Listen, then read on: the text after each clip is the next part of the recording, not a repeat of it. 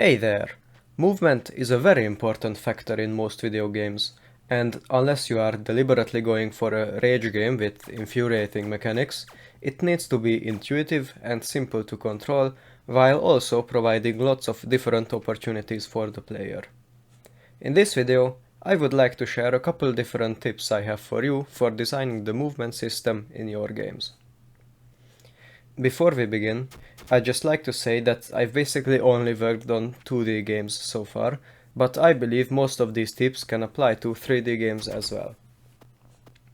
My first piece of advice would be that instead of building the levels first and then working on the movement mechanics and potentially overcomplicating them in the process, do the opposite and design a simple movement system and shape the environment in such a way that it fully utilizes that system. For example, in my platformer, The Weight of Armor, which you can see in the background, link is in the description, please go download it and check it out, I would really appreciate it. I first had the idea that crossing swords with your enemies would propel you upwards. After I designed this mechanic, I built levels where you could only cross gaps using this method. My next tip would be to make the movement a bit more forgiving than usual for a better experience. For example, in platformers, if the player falls off a platform and presses the jump button just a tiny bit after that, the character should still jump.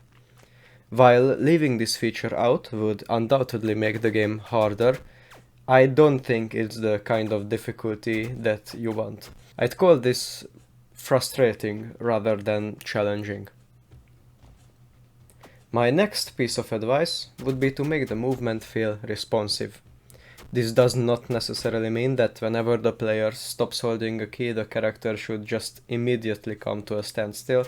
There are many great platformers where there is a brief slide. This sliding can make your game feel more polished, however, do not overdo this, otherwise the player will feel like they are not in control, which is, again, frustrating.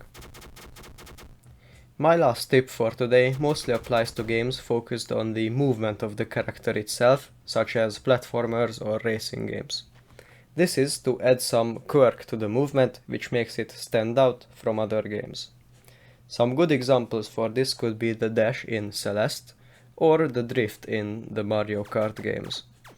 This mechanic doesn't have to be something that has never been done before, but you can still design the environment so that it utilizes this feature in a new and unique way. Thank you for watching. I hope you liked this video and that you found these tips useful. If you did, then please like and subscribe, and consider supporting me on Patreon. It really helps a ton, and you can get early access to Castle Climb, the mobile game I am currently working on. Goodbye and take care.